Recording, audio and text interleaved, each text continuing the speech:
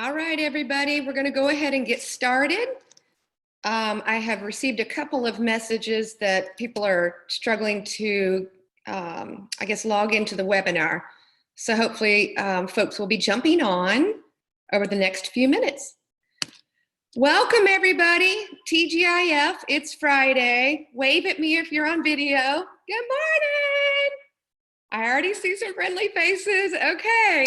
Well, welcome to Comfy Convos. This is our second webinar in a series that we launched last week. My third webinar ever in the history of my life. I've really enjoyed doing them. And thank you to those of you who have been on this journey with me as we've continued to modify the structure and the format over the last few weeks. I'd love to go ahead and get us started with a couple of comments. First, I want to thank Logan, wave Logan, Mel, if she's on the line. Mel, are you there? She might not be on the line yet. And Katrina DeBerry from Community Foundation for Greater Atlanta. She is serving as our presenting pal today. Also, I want to thank, oops, he's over here. Hold on, give me a sec. This, friends, is Charlie the chicken. He is my #1 volunteer, and he is the guy when we start going long in our responses or questions, we're running out of time, you're gonna hear this, which signifies we need to move on. He's a good volunteer, he listens well, he doesn't talk back, and he's always there when I need him.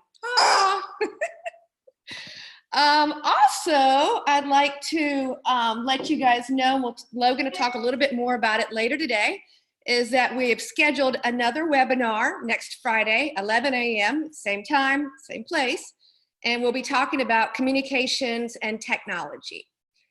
A few things, and I'm reading my notes as I'm talking to you guys. Today we are talking about philanthropy as a resource that we're highlighting for this webinar. The purpose of these webinars is really to highlight a resource in each webinar and how we attract that resource, leverage that resource, grow that resource, and retain that resource. Today, we're going to take a deep dive in what I'm calling a sprint learning journey around partnering with philanthropy. And we'll be doing that through the lens of trust-based philanthropy. Raise your hands if anybody's ever heard of trust-based philanthropy before. All right, a couple folks, very good. Okay, so to get started, we're gonna quickly introduce ourselves. We're gonna make this super duper fast so that we can end on time by noon today. And so what you'll do is you're gonna introduce by saying your name, the organization that you represent, and if you have a coffee cup or a water bottle or whatever you're drinking out of, if you want to talk about there's any significance to whatever's on the coffee cup or water bottle. So I will model for us and start. And guys, let's try to keep these short. Last week our introductions ran really late and our webinar ran over. So here we go. My name is Michelle Long Spears. I'm with NP Voice. And my coffee cup, if you can see it, has got my nephew Colin. This is my sister and I from many years ago from Texas. And it really is a nod to my Texas family. I'm missing them right now.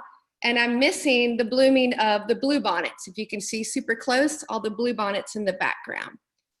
All right, let's go ahead and move on. And I'm gonna call people that I see on the screen.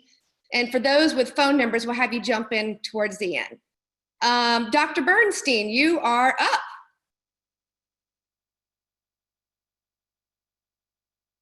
You're on mute, Arla. Oh, you unmuted me, didn't you? Can you hear me? Yes, ma'am. Okay, good. Yes, I'm Arla Bernstein. I teach at Mercer University.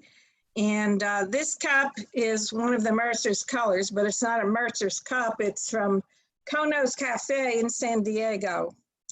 Went there recently for a conference. So here you go. Thank you, Dr. Bernstein.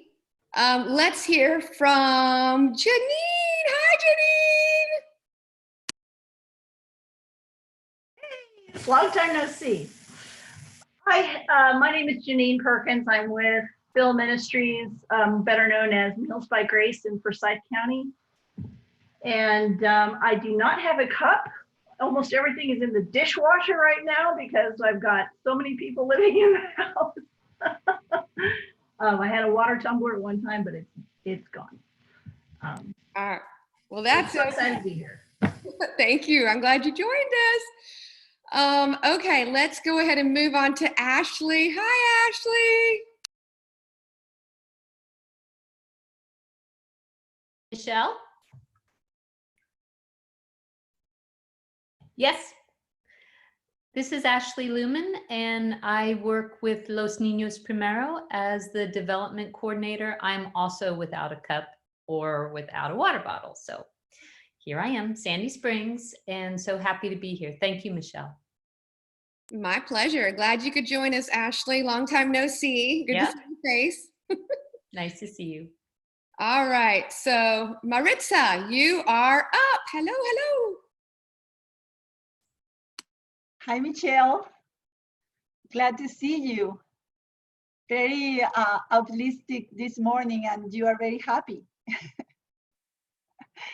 I'm Marixa Morelli. I'm the Executive Director of Los Niños Primero. Right now, I'm in Roswell, my home, and I don't have a cup, but I'm very happy to be here today. Thank you for the invitation. Great. Glad you could join us. All righty. So moving on, Miss DeBerry. Good morning. I'm Katrina DeBerry. I'm with the Community Foundation for Greater Atlanta by way of Conyers, Georgia right now. And the cup I have is my Georgia State University cup as an alum of Georgia State University. And I'm sipping on some water because I think I've had just about enough coffee for this morning already. I hear you. Me too. And I got my second master's from Georgia State University. So glad they are participating with us today. All right. Meg. Hello, Meg. You're up. Hey, I just logged in, so I didn't know what you were asking initially for us to do in terms of intro. So for those that just logged in, you just need to say your name, the organization that you represent, and if you have a coffee mug or a water bottle or something that you're drinking out of, or even a plate you're eating off of, something like that, then just say a few words about the significance of it. Okay, so all right, I have a bunch of mugs, but I'll use this one. I'm part of the Cobb Collaborative. I'm Mary Ellen Gomes, and I'm a community coach with the Community Foundation, and I am currently here in Mapleton at my house. And my cup is the Cobb Collaborative because they have been very instrumental not only in my work as a school social worker, as a coach, but just the work that they do in the community as well. Irene Barton is a good friend of mine. So yeah, that's kind of my thing. What else? Thank you. That's it. Good to see you, Meg. I'm glad you could join us. All right, let's have Aaron. Hello, Aaron. Hi, everyone. I'm Aaron. I'm with Citizen Advocacy of Atlanta and DeKalb. And my mug is this, which is a CISV, which is an International Youth Peace Education group. And this isn't the exact mug, but it is exact replica of one that when I was directing the camp. So it takes me back to my time at a camp in Toronto. So it's very happy times.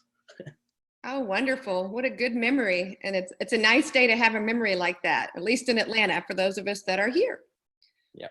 All righty. Thank you kindly. Mr. Harris. Hello, hello. You are up.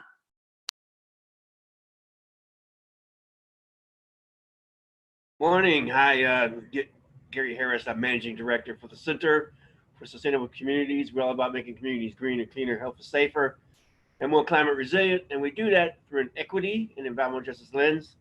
And I had this morning my mom's cup from her church, which is Miracle of Faith Baptist Church.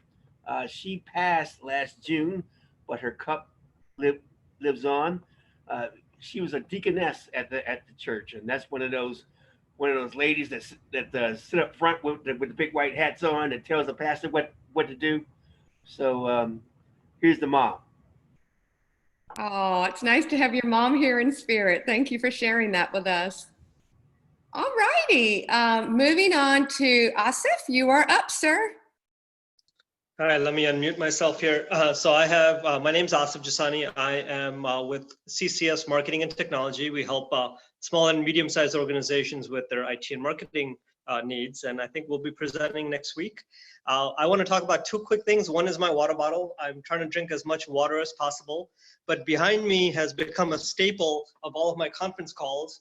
It's a huge door that was part of Habitat's Doors for Hope campaign, I think about 2 years ago when I was on their board, or maybe even 3. So it's beautifully done. It's become a staple for every conference call, so that you don't see the messy house, you only see the artwork. That's funny. I have my computer positioned so you don't see my messy house either. But that's great. Thank you. Well, good to see you, sir. All righty. I'm gonna scroll. Oh, Logan, you're up, ma'am. Hi, y'all. I'm Logan. Thank you for joining us today. I'm drinking coffee with my Eastside Medical Center cup, so I'm representing all the healthcare workers that are, busting their chops to help our community. I went to the real GSU, Katrina, Georgia Southern. Just kidding, all friendly. And Aaron, looks like you've got cow ears, so just very fun looking at all of y'all. I'm glad y'all could join us on video today. Oh, that's funny. Thank you for making me laugh. All righty. Let's see here. We have Art Opportunity. I'm sure I'm saying that wrong, but you are up. Yes, hi. My name is Ty Woods. I'm the Executive Director for Art Opportunity Knox. We are launching some very innovative online classes for our students who are homebound starting on the 20th. I'm so excited about that. I am drinking Slim Fast, commemoration of the 45 pounds that I've lost in the past 5 months. And this is my morning breakfast. This is actually a caramel latte brand or flavor. So it's kind of my coffee. I drink it in the morning, and that's my painting in the back. This is now my staple of all conference calls, which is actually 1999 New York City. Very cool. You guys are giving me an idea for next week's webinar, is have people have something in their room that they're sitting in. So for those of you that join us next week, know that's going to be it. All right, thank you for sharing with us. Okay, so let's see here. JT, Mr. Thea Harris. And actually, I just found out he is a new neighbor of mine. So John, you are up. Okay, can you hear me? Yep. Okay, I'm John Theo Harris. I'm with missions pastor with the Presbyterian Church in America. I work in their global training and development team with Mission to North America and Mission to the World. I have 2 cups, one for water and one for coffee. The water one is Mission to the World's sticker that I put on a Yeti cup, and the other one is a ministry that I founded and launched in East Africa called Lead Missions International. And I spend a good amount of time each year there. So this cup is very special to me. And they are given out, they're Yeti cups. They're given out to our, what are the high-end donors called, the major gift donors. So if you want one of these cups, call me and I'll tell you what the threshold is for a gift. Oh, thank you, John. And so good to hear from you. And a little note, I think I have the same lamp in your background over your right shoulder. Oh, the elephant lamp. It Yeah. looks very familiar. Yeah, crazy. Well, good to see you. Good to see you as well. Thanks. Okay, so Kat, you are up. Well, I'll start with Auburn University, War Eagle. I am Kat Doyle. I'm Director of Justice and Peace Ministries with the Roman Catholic Archdiocese of Atlanta. So I hope everybody is having a blessed Good Friday. Great. Thank you for joining us again, Kat. Good to see you. All righty. Mandy. Yep, you're actually joined by video. But go ahead and say a few words and welcome. Hi, I sent you a little note on the side, Michelle, just letting you know that I'm going to kind of listen in because I've got my 3-year-old here. So for obvious reasons, I'm going to keep the camera off and I'm going to keep myself on mute. But I am grateful to be here. And, you know, I work with DocB Cares, which is a nonprofit that works with, you know, the youth in marginalized communities in Southwest Atlanta. They do an after-school program, and I'm kind of just getting my feet wet in this whole world. So really, you know, kind of anxious and excited to hear what's going to be talked about today, because I'm trying to get more involved in how we, you know, how we operate in this kind of climate and how we, you know, where we go from here. So happy to be here. Great. Thank you, Mandy. We appreciate you jumping on despite having so much going on. Okay, Leonard, hello. I think it's been about 1.5 years. So you are up, sir. Oh, really? I was just gonna listen in. Okay, I'm Leonard, and I'm with Amazing Grace. Is there anything else I need to say? No, that works. If you have a coffee cup or a water bottle sitting right next to you this morning, if there's any significance you can share with us, or we can move on. Oh, okay. So yeah, I have, let me see. Show my video. I have it says, "Hello, handsome." That's a gift my wife gave me. Yeah. Oh, well, hello, handsome, and thank you for being on the call today. Thank you. All right, Tommy. Hello, Tommy Pierce. You're up. Hey, how's it going? I just jumped on, so sorry I'm late. Tommy Pierce from Neighborhood Nexus.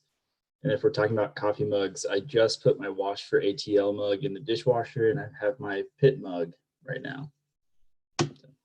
Great. Thank you for joining us. All righty. Let's see. I'm going to do a quick run through and make sure. Oh, okay. Carol. Hello, Carol.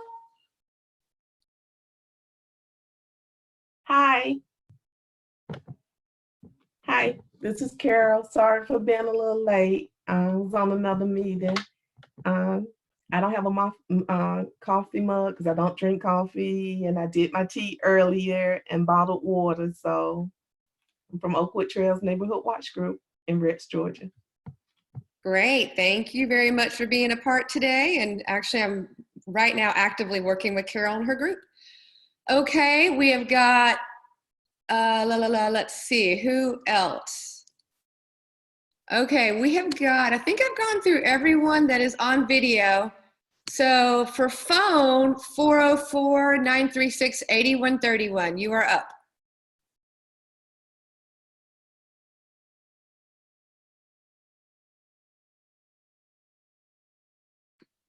All right, that might be a listen only. We've got 2 others, I think, that are in by phone. If you'd like to say a few words, please do.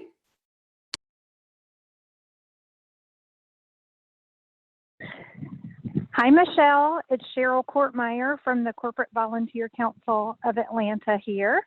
Can you hear me? I can. Hi, Cheryl. Cheryl was our speaker last week, our presenting pal, and she was amazing.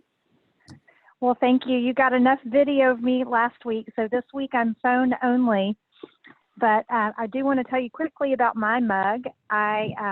Like Gary, my mug belonged to a parent. So when I was 8 years old, I saved up my money and bought my dad a mug for Father's Day. And it says father on it. And we always laughed about it because I never called my dad father. That was way too formal for our family. But he passed away about 3 years ago. And when we were cleaning out his home, I found the mug. And so it's a very special mug that I will cherish as long as I can. Oh, well, thank you for sharing that with us. And I'm glad your father is here in spirit. Thank you.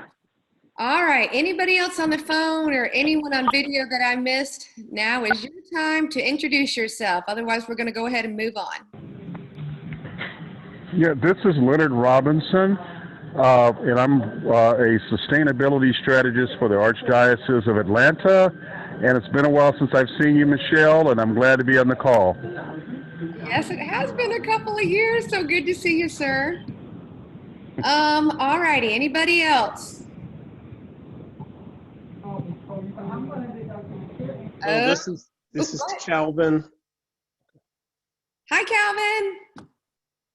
How are you, Michelle? Listen, it's a pleasure to be here with you. I am the founder of Emerging Economic Equity Empire. We do investment, education, and wealth creation for underserved communities and fiduciaries. And I'm just drinking a little alkaline water. Very good. Well, welcome, welcome. I met Calvin through the Community Foundation for Greater Atlanta's Neighborhood Fund. And our presenting pal today is Katrina DeBerry, who oversees the Neighborhood Fund for the Foundation. Katrina is going to talk to us today about partnering with Philanthropy, tell us a little bit about a special fund that they have collaborated with the United Way of Greater Atlanta on, and just give us some good tips and feedback around working with Philanthropy today and then in the future. So without further ado, Katrina, you are up, ma'am. Okay, thank you, Michelle. And thank you for inviting me to speak to you guys today. I really do appreciate it. The benefit of this is that I get to see a lot of neighborhood fund friends and community foundation friends. So it's really good to see all of you, though we are social distancing. But for those who I haven't had a chance to meet, again, my name is Katrina DeBerry, and I'm a program officer with the Community Foundation that works in our community department, and I manage our Thriving Communities portfolio. So that's a lot of community in there. So at least you know where my priorities lie, right? So what I do at the Community Foundation is our team takes what the donors' passions are, what they're really interested in, and it matches it. It combines it with the purpose and the need of community, and that's a really nice way of saying my goal is to prioritize people and residents within the 23 county region that we serve, and make sure that the resources for the organizations that work to serve those organizations are met. And so I've been with the foundation for just a little over 2 years, and prior to that, I was with the Atlanta Regional Commission for 13 years. And so I have the really awesome perspective of being able to see our region in totality and see where the needs differ, but where we all have a lot of the same issues that we're facing. The Community Foundation has been around for a little longer, right? So we are an organization that's been around for almost 70 years, and so heavily steeped within community. We have over 900 donors that we manage as a foundation. And, you know, if this was January, you know, the first thing I would lead with was that, you know, we have we have over $1 billion in assets. The last few weeks, there's been so many fluctuations that I'm not sure what our assets are right now, but we have a whole great team of folks who are making sure that we continue to meet those needs of the community. But what Michelle asked me to talk about today is first how we at the Community Foundation is handling the issue of COVID-19 and the unprecedented changes that we're undergoing right now, and how that changes how we work. And so in early March, the foundation decided to set aside $1 million of its discretionary budget to a relief and recovery fund for COVID-19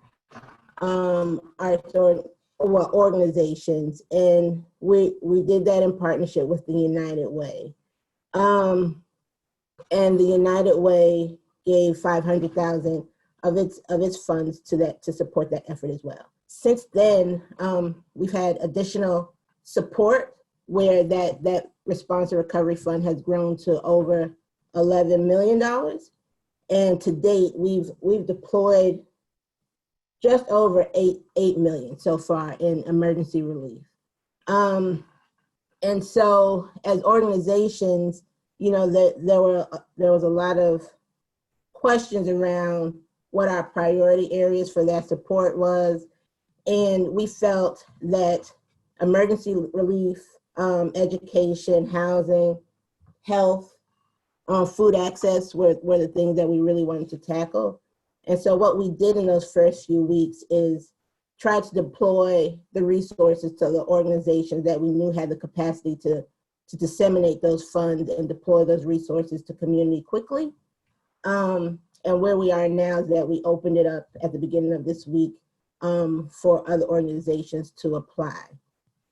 But it's a moving target. And so we are continuing to try to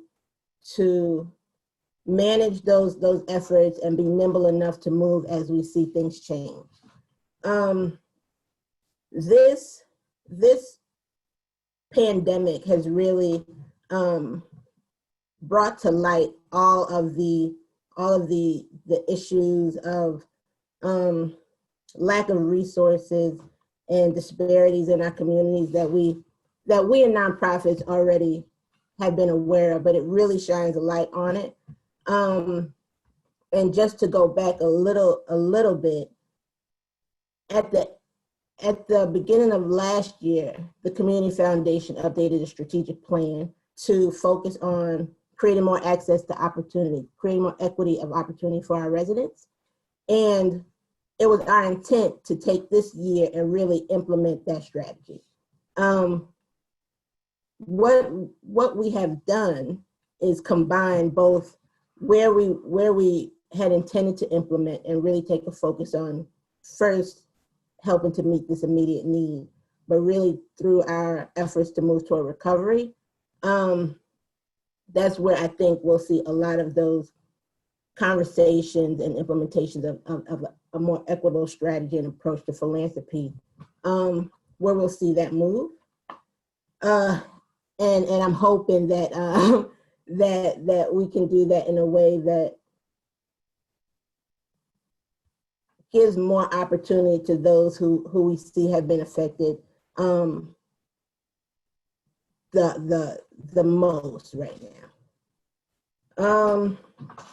So when I talked to Michelle about a week ago about this, she said, these are comfy conversations. People could come in their pajamas if they want to. I didn't. I'm just wearing my comfortable t-shirt. It's my philanthropy t-shirt, but not my pajamas today. But she really wanted us to talk about some inspirational kind of highlights on what it means to partner with philanthropy in this process and going on in the future. A week ago, I don't know how inspirational I was in the conversation for Michelle, because like I said, we are in in a time and a place that we have never been before, right? So this pandemic is global, and for a long time we have been talking about what happens when we go back to normal. And what I'm keenly aware of is that what was normal will not be normal anymore, right?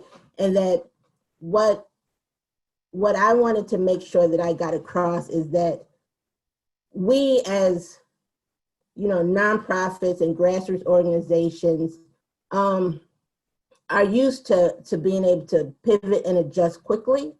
But I think we also need to be very cognizant of the idea that things will not be the way they were. What that looks like, I don't know. I'm used to starting off my year with a budget in place, with some priorities in place, and a way to deploy those resources based on those priorities, and I've done my job. What I realize now is that things aren't as cut and dry. But the need is still out there, and the need is still great. And so, what we're asking of ourselves as a foundation, and of our partners, of our nonprofits, of our community organizations, is to also think about what our new normal can look like. What are the ways that we can change and pivot and grow and innovate in this process and in this space? And that's how we'll continue to not just survive, but to thrive and move things forward. I wrote down some questions that I just wanted you guys to consider. And one of those questions are, how do you tap into and expand in the resiliency of what it means to be a smaller organization, a grassroots organization? That's different than a larger nonprofit, right? So there's resiliency in being a community organizing group, a grassroots group, and there's a nimbleness that I think we should lean into. And then how are you learning to get comfortable with the uncertainty and to lean into that a little bit more, so that we don't do things business as usual, that we move and adjust in new ways. And those are questions that we're asking ourselves as a foundation, that I'm asking myself personally each and every day, as I'm juggling, trying to work and do my job and be a parent and do all those things in one space at the same time. And it's different, and it's a challenge. Let's see. And Michelle, you tell me if I'm jumping all over the place, because I realize we are limited for time. But also when Michelle asked me to talk about trust-based philanthropy, I didn't know what that was. And not because we're not a trustworthy organization, but because we have been talking about this in the world of philanthropy in a number of different ways. And that's what I realized once I got to go through some of the information that she shared.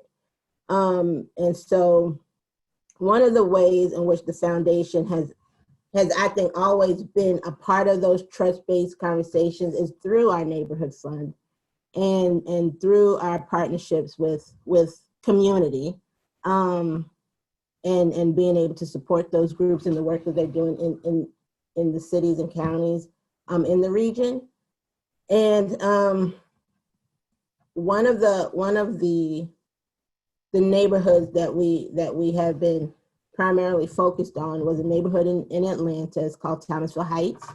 And in our 3-year relationship with Thomasville Heights, we realized that the need was great, and that none of the supports that they needed could be handled with some grants to nonprofits in 1 or 2 years.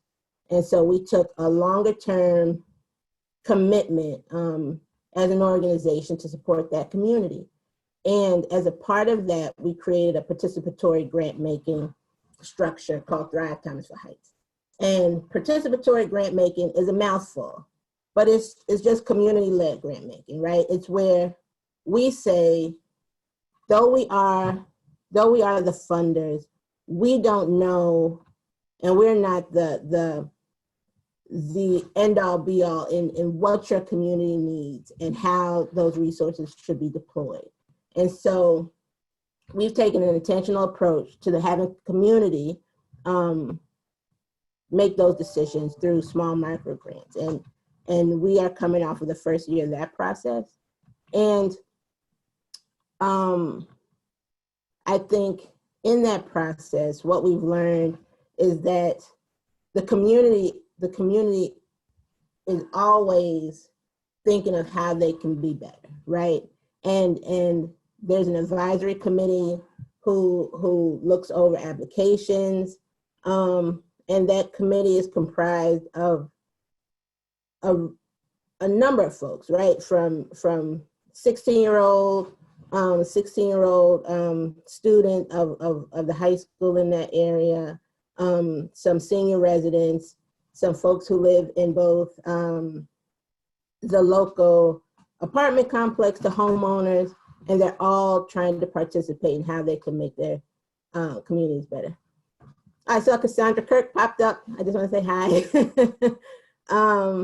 But those are some of the main ways in which we're trying to reimagine how to partner with community, how we, remember the great privilege that we have in being funders, and that we are not always the best to lead what's best for community, that we should lead in a position of humility and grace and partnership, rather than trying to drag people along to where we think they should go.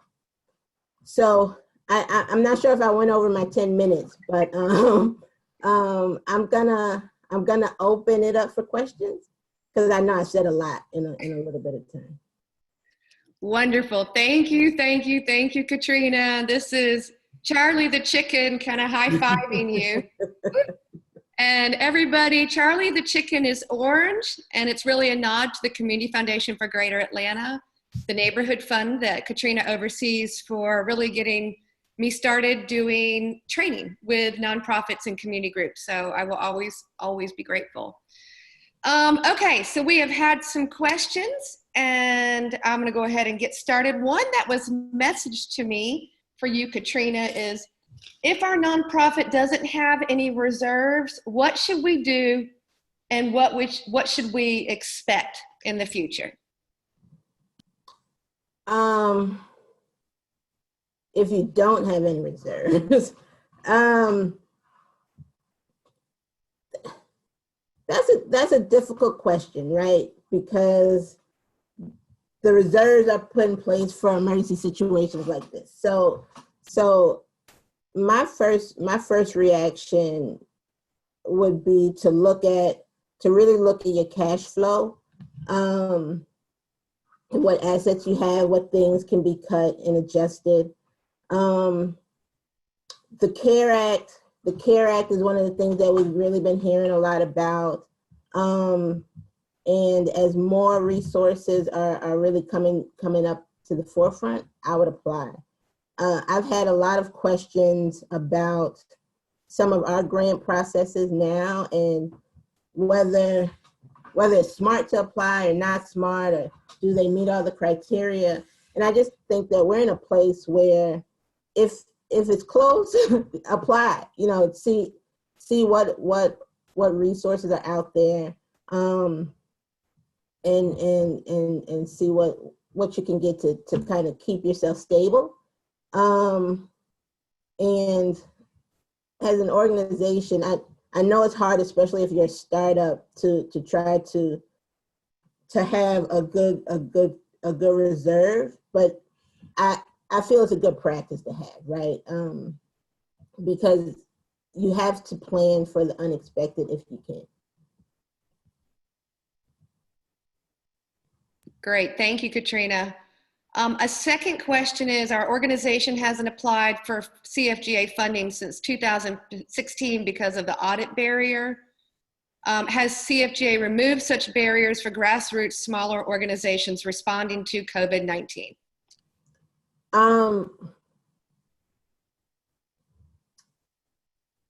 Yes, we are working to remove those barriers. And so a lot of the conversation that we've had in the last year and a half have been around what unintentional barriers are we creating that limit our ability to support smaller organizations and mid-sized organizations, and what barriers are we putting in place that makes it almost impossible for us to have real relationships with those organizations, unnecessarily. So for our Metro Atlanta Arts Fund, we are working to create a clear entry point. And to be real, the challenge with that is emergency relief for organizations that were already vulnerable makes it really hard for us to have to make decisions without that extra information, right? So as a nonprofit, an arts nonprofit, or just a traditional nonprofit, when COVID-19 hit, the initial conversations were, there are a lot of organizations that won't survive, and how do we ensure that, the organizations that can make it through do, and what do we do for the organizations who aren't prepared to weather this storm? And it's really hard. It's a really hard decision to have to make. But really, we have to really be cognizant around the health of an organization and their ability to weather the storm. Because the truth is, philanthropic resources are finite, and the community foundation in and of itself,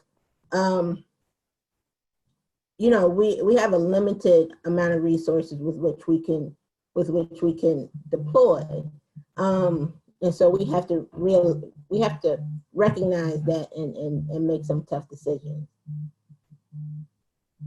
Great, thank you for sharing with us, Katrina. Folks, we have received a few more questions. I've actually gotten a couple on my phone and through email and in our chat. And so when we follow up with you guys after the webinar, either later today, perhaps over the weekend, or latest on Monday, we'll have responses to these questions so that we can address what y'all are asking. A lot of them are around what to do around the CARES Act, the shutdown period, and then small business development offices, assisting nonprofits and religious-based organizations. And so go ahead. So really quickly, one of the things that our team at the foundation at the United Way have done is they did a really good job of pulling together a FAQ sheet that's on the combined website that should be a good resource and tool for you guys as you try to navigate this space.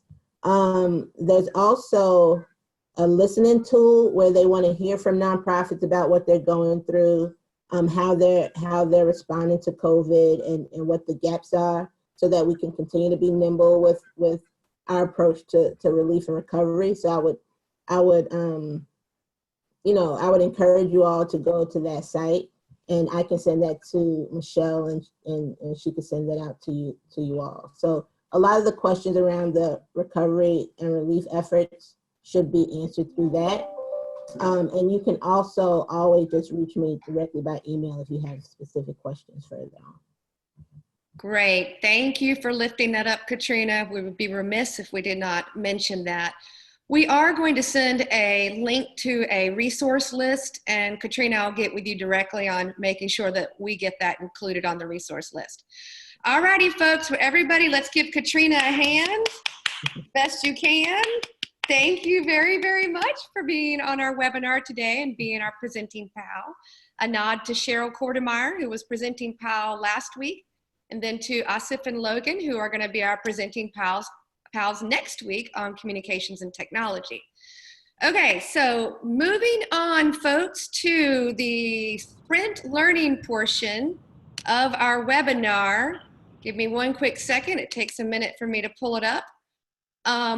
We have got, let's see, friends, we have 10 minutes left for, is that right, Logan? I know you're the one, my timekeeper. We have, okay, good. Actually, about 13 minutes left. So thank you very much. We're going to swiftly move through our presentation today, and we'll have Logan talk at the end for us about next steps, some new resources, and a little bit about the website that we launched about I guess a week and a half ago. So Katrina, thank you for throwing the softball to me to talk about trust-based philanthropy. I believe there was a couple of folks that raised their hands when I asked earlier if anybody was familiar with it. It is something that I stumbled on, goodness, probably about a year ago, and I see a lot of it coming out from the West Coast. Basically, trust-based philanthropy is an approach to the philanthropic ecosystem, and it really is a way that philanthropy works with their grantees. And it's a much more flexible, trusting, accountable approach than perhaps some of us have experienced in the past. There are 6 principles to this approach, and we're going to be touching on all of those today during the learning portion of our webinar. The first principle is around flexible funding. Second, do the homework. And what I mean by that is that the philanthropic institutions need to do their homework on the nonprofits before they approach you about a funding opportunity to make sure it's a good fit with their funding priorities. Thirdly is simplify and streamline the paperwork for those of us in the social sector and the ones of us that are submitting grants frequently. When you submit a grant, you generally have a report due. They can be incredibly overwhelming at times, and I am very grateful that philanthropy is looking to make this easier on all of us. Fourth is to be transparent and responsive. For philanthropy to really be efficient with their dollars and to serve as a true partner with their nonprofit grantees is having a spirit of communication, of transparency, of two-way communication is super critical. The fifth one is soliciting and acting on feedback.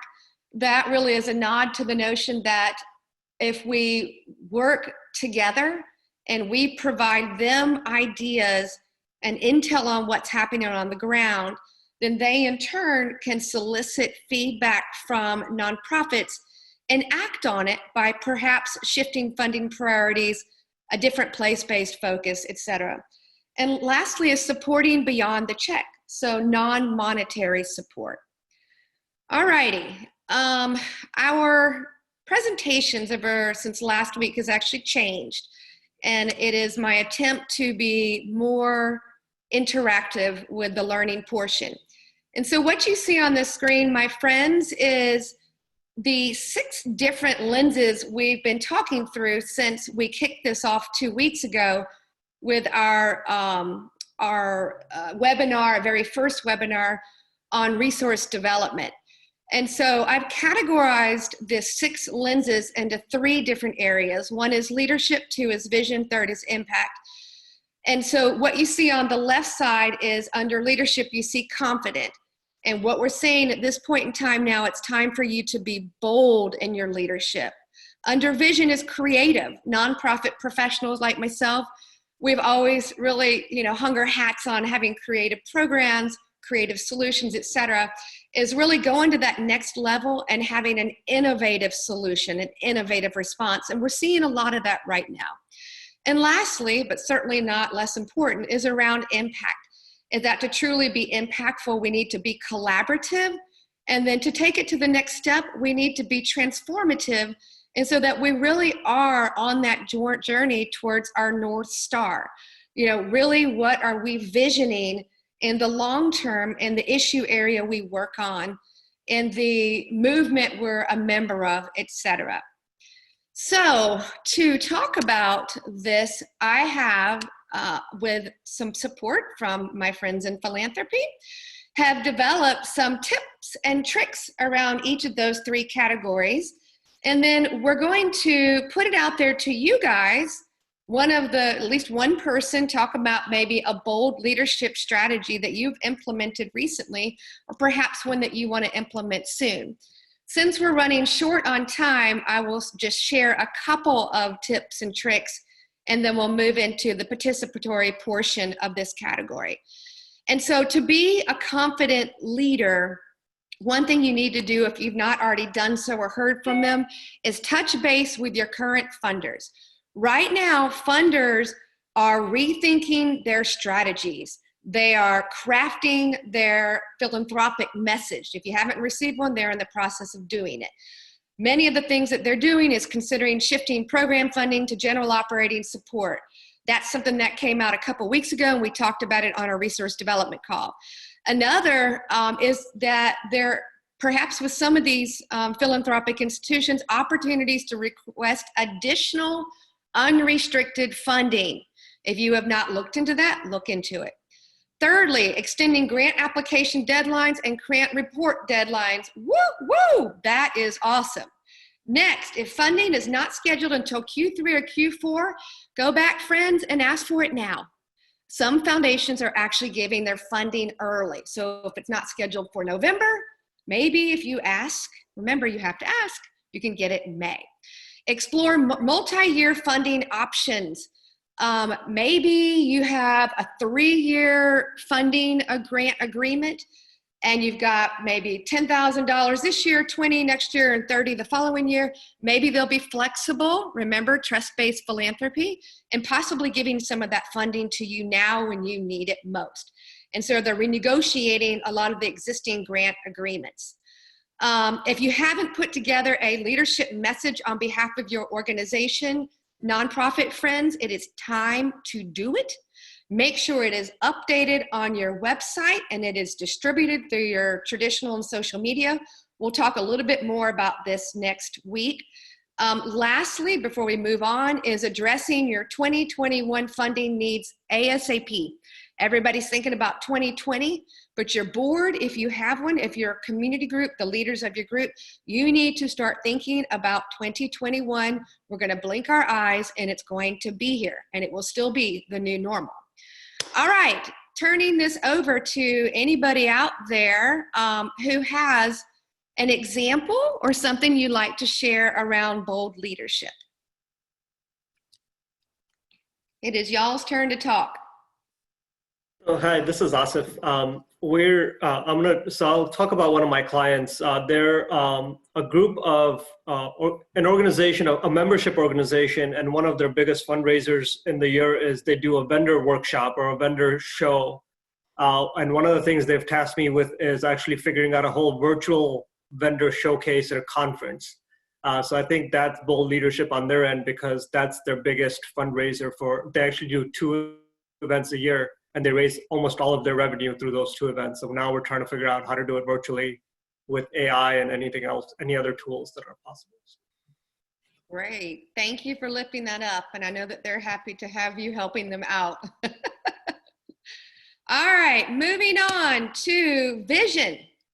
So as you think about philanthropy as a resource, how can you be a visionary and how can you be creative with your vision? And then again, we'll have you guys, friends on the webinar today, as someone will lift up an innovative approach to your vision. So quickly, the tips and tricks, I'll pull out a couple of them. Past funders, folks that have given to you in the past, maybe not for 2020, but 2019 and before. Look at their funding priorities. Think about your current funding needs. Has their priorities shifted? Have your current funding needs shifted? They probably have at this point in time. Position your organization to receive donor-advised funds. Friends in the Atlanta community and those that are not in Metro Atlanta, you have a community foundation in your community. They have donor-advised funds. The Community Foundation for Greater Atlanta has a portal. You can go in, you can set up your profile, you can complete their general operating support application, and that will open you up to donor-advised funds. What makes donor-advised funds so beautiful, friends, is you don't have to do anything, really, other than doing the setup. You know, if it's an application, if it's through a portal, if it's letting them know who you are so they can put you in perhaps your early learning with early learning nonprofits out there. Just again, please research that. In Atlanta, we have Community Foundation for Greater Atlanta. We have Community Foundation for Northeast Georgia. Side note, friends, they are hosting their own webinars. They are on Thursdays. The next one is that creative strategies, guys, for making up for lost revenue. Asif, thank you for lifting that up for us. Another thing that I wanted to talk about, and our friend from the Dobbs Foundation, Danielle, talked about this on our first call, is time now, folks, to be creative with your solutions. If there is a program that you just haven't had time to launch and you'd like to, it is time to start thinking about it. Don't delay. Do not delay. Lastly, foundation websites, guys, they're out of date. So please, please, please make sure you go to all of the foundations who have funded you in the past, those that currently fund you, and those that are on your wish list of funding you, and see what information they've put out there. And if it is out of date, you don't see a message, reach out to them. And on the flip side of that coin, friends, yours needs to be up to date, because Principle 2 of trust-based philanthropy is they're doing the research on you and trying to figure out who needs their support the most. You want to be front and center. All right, innovative. Who would like to bring up an innovative, visionary approach? Michelle, this is John. Hey, John. Hey, let me say first, this is, you have to consider context here, but one of the things that we found really successful is we design projects that when give to will maximize donor dollars. So what I mean is that in Africa, one of the things that we do is cow initiatives. We buy cattle and we buy them at a certain age, and then the Maasai will graze them for us for about a year. And the return on the investment is almost 70%. And so when we can show donors that their dollars are being stretched, that they're actually being, they're having more of an impact, that has been very successful. And so I would say in a US context, what you can do is look for investments or look for ways that will move you and your organization to some level of self-sustainability, where you're not totally dependent, 100% dependent on donor, giving. Great. Thank you for elevating that innovative, visionary approach, John. And as a side note, when we connect next week, I would love to learn more. All right, friends, on to our last category about effectively leveraging philanthropy as a resource is impact. How can we be collaborative with our impact? I learned a whole lot from the Stanford Social Innovation Review. They had a webinar, I guess it was earlier in the week. And so one thing that has a silver lining that has been coming out of philanthropy is they're forming unusual partnerships.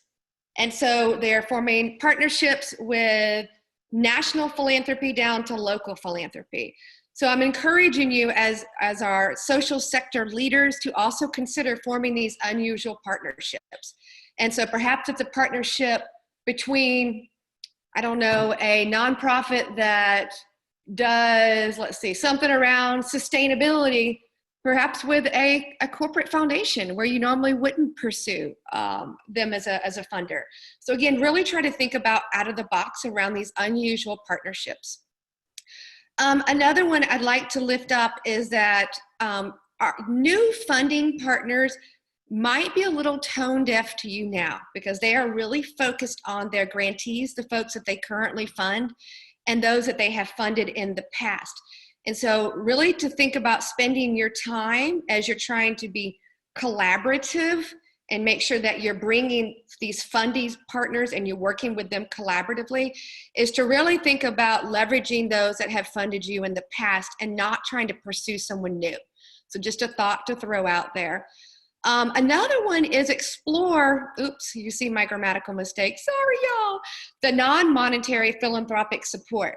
Like Katrina said, there's only so many dollars that go around. And even though philanthropic institutions, community foundations are especially asking their donors to give at least 5% more, there again is only so much money to go around. But there are ways that philanthropy can support your nonprofit that is in kind, if you will. An example is the Solutions Project. I don't know if anybody's familiar with that, but the guy who plays, what's his face, Mark Ruffalo, and then Leonardo DiCaprio. They have got the Solutions Project. I think it's mostly Mark now working on it. I've had the honor of meeting him a couple times through one of my favorite nonprofit friends, Partnership for Southern Equity. And so they, of course, give funding, but they give so much in the way of comm support. They have teams on the ground here in Atlanta and throughout the country that will help you with promoting your organization, promoting your issue, your movement, your initiative, whatever. They'll actually send people to you to film you, and it's awesome. It really is great. And then lastly, kind of a flag as you're thinking about collaboration is make sure, and I lift this up in every webinar, every training I've ever done around collaborative fundraising, is establish a MOU or MOA in advance of executing that partnership. You want to be clear on roles, responsibilities, and expectations around that collaborative partnership.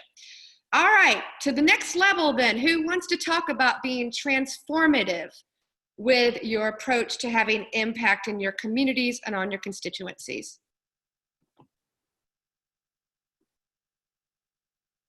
Hello, hello. Oh, can you hear me? Yes, ma'am, go for it. Oh, hi, this is Ty Woods, Opportunity Knocks again. I actually have a great example for this. This is something that I would never have been a part of, but I joined a collaborative, but we actually formed a collaborative with cross-sector. It's called CLIP, and that stands for the COVID-19 Learning Loss Intervention Program. And we are looking for corporations, governments, educational institutions, philanthropists, and parents to be a part of the solution for solving the learning loss. We're calling it now, it's going to be a learning loss pandemic. That's going to be the second phase of this. What happens when kids are out of school? What happens when kids are out of school for the summer? Well, that's, we know about the summer slide. Now, add 3 months to that. We have a huge problem that's about to occur for our teachers, for our school districts. And the only way that we're going to be able to solve this, it can't just be on the school level. We have to come together as a collaborative. And as I started talking to people about this, and this is coming from a parent side, a parent with a child with an IEP, and coming from been in education for 22 years, and then as a teacher, a former teacher for 8 years, I know what's about to happen, and you're going to have very frustrated teachers. So I just started talking to people about it, and they were like, wow, we have to do something too. So I said, okay, let's do something. Let's put this group together. And this past Tuesday was our first Zoom call, and it was 23 people on the call just from me talking to people about this. And I'm like, wow, I think this is going to be, and there were people from all across the country that was on this call from different time zones. So I am excited about this. This is something that arise as a result of COVID-19, and this collaboration, I believe, is going to be a lot bigger than I thought. But this is amazing. Awesome. Thank you for lifting that up. And I would love to learn a little bit from you offline. Maybe we can connect next week if you'll shoot me an email. Okay. I've got some ideas for you. Yes. Thank you. Thank you. All All righty, folks. Okay, so silver linings. Funders are partnering together. Woo, woo! Charlie the chicken has told me I'm being way too serious, guys. So we're going to have some fun as we close this up. So he'll just stay right here as a reminder. It's Friday. Next, secondly, national funders are partnering with local and community foundations. We already talked about, guys, that is just awesome, awesome, awesome that that's happening. That hasn't often happened in philanthropy, but it's really great. We got Kresge Foundation, MacArthur Foundation, and they're really trying to figure out how to partner with these local and community foundations because they know that the local groups have a stronger pulse on what's happening in the communities and a better grasp around those needs. Funders are strengthening relationships with nonprofit partners. We brought that up throughout this entire webinar, is that we are now really starting to kind of shift and move in that direction of this trust-based philanthropy, where they're starting to relax their philanthropic muscles, if you will, and being a little bit more flexible as we're all trying to work through this and this together. Funders are becoming more flexible and responsive, which is super awesome. We talked a little bit about that, but they're changing up, or they're considering, you know, grant agreement revisions, they're attaching addendums, they're extending deadlines, all this amazing stuff. And again, you guys, you have to do your own research and due diligence to understand what your past and current funders have been doing. We're strengthening public-private partnerships. This is something that is very near and dear to me. I think that often in the social sector, we have forgotten about private partnerships. Cheryl was gracious enough to talk about corporate social responsibility and corporate philanthropy on our last call when we really focused on volunteerism. And we'll probably do another webinar on that moving forward. And lastly, there's a collective sense that we're all in this together. And I think, truthfully for me, that is, I mean, I guess part of the reason I continue to work so hard and putting these webinars out to you guys, because I really feel that is so true. And that there's been people who have kind of been in the shadows in the past, these leaders that have stepped up and are really coming out the forefront to help us to solve this problem, to fill societal gaps and to satisfy needs in our communities. And so as we wrap this up, and I believe we're over, and I'm sorry guys, we're getting a little bit better, but as we wrap this up, I do want to just elevate that you guys, our social sector leaders, are amazing. You guys have really inspired me and colleagues and friends for everything that you're doing to be nimble and flexible as we work through this together. I see you guys out there delivering food and, you know, providing webinars like I'm doing. That's a service to help all of us get through this together. And, you know, partnering with each other and having happy hours where you're talking on Fridays at 5 o'clock. So all of these little things amount to so much great and big, beautiful things. So let's make sure we keep that going. What's next? I'm going to quickly talk about a takeaway document. I'm going to turn it over to Logan, and hopefully we can wrap up in about a minute or two, but I will stay on the line if anyone has any questions after we formally conclude. Takeaway document. So this is new that I have added to this webinar series. You will receive it when Logan sends you out the recording and the PowerPoint, and then the, oh, actually you already got the other document. You do have the template for what we talked about today, the learning portion of this. The takeaway document, though, is really more of a planning piece around leveraging and attracting philanthropy as a resource of your organization, your movement, your neighborhood group, your civic group, whatever it is that you're leading. And so it's categorized into past philanthropic resources, present, pending, future, and then a wish list. And it really is just a planning tool for you to use in any way you want. It'll be included in all future webinars, but really centered around the questions of what you need to think about, who you need to bring together to make it happen, and how can you really take action on that resource. Logan, you are up, my friend. Awesome. Thank you, Michelle. That was awesome. So I just want to reiterate that we have the next Comfy Convos week 3, and it's going to be around communications technology and helping you guys, with these resources to help you continue to grow. I mean, you've got to be online utilizing these communication resources that are out there. And Asif Jasani, he's on the call. He will be doing this call with us. He, again, is a partner with CCS Marketing and Technology, correct?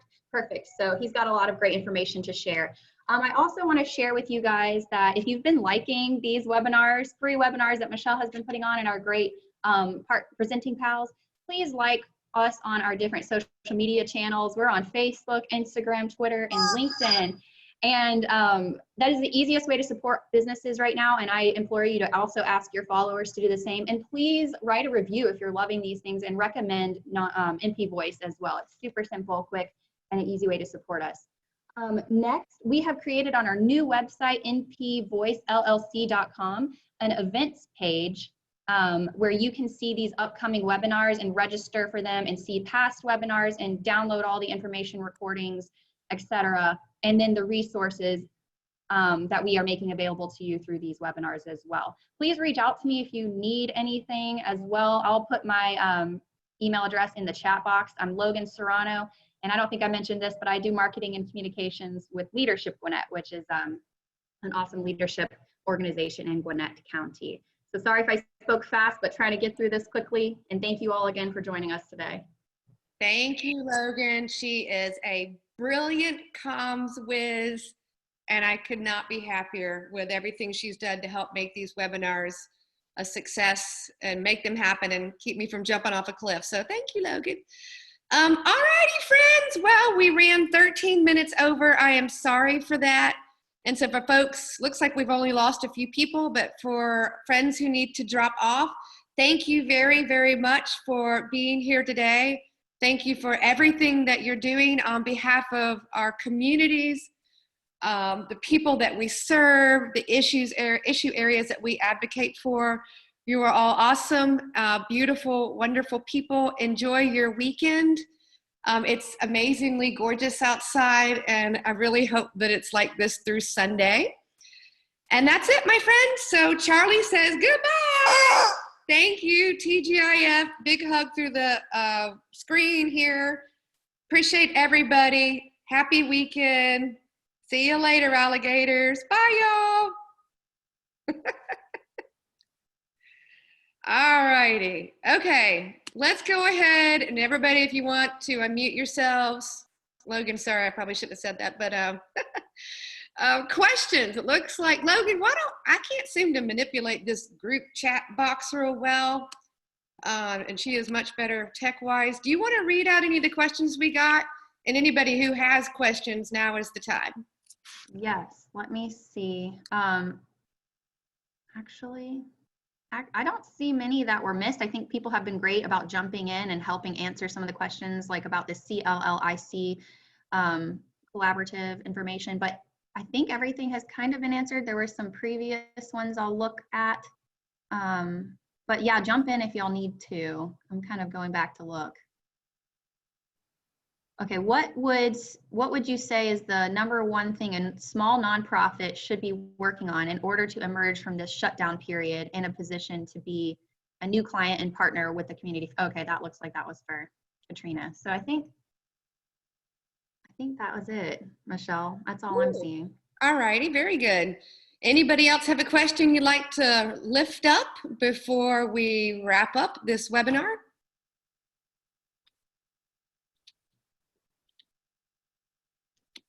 All righty. Well, thank you guys for being involved again today, and I hope to see you next Friday at 11 a.m. with Asif and Logan talking to us about communications and technology as a resource and how you can leverage for your organization to continue growing and stewarding the communities that you serve. Take care, everyone. Happy weekend. Bye y'all.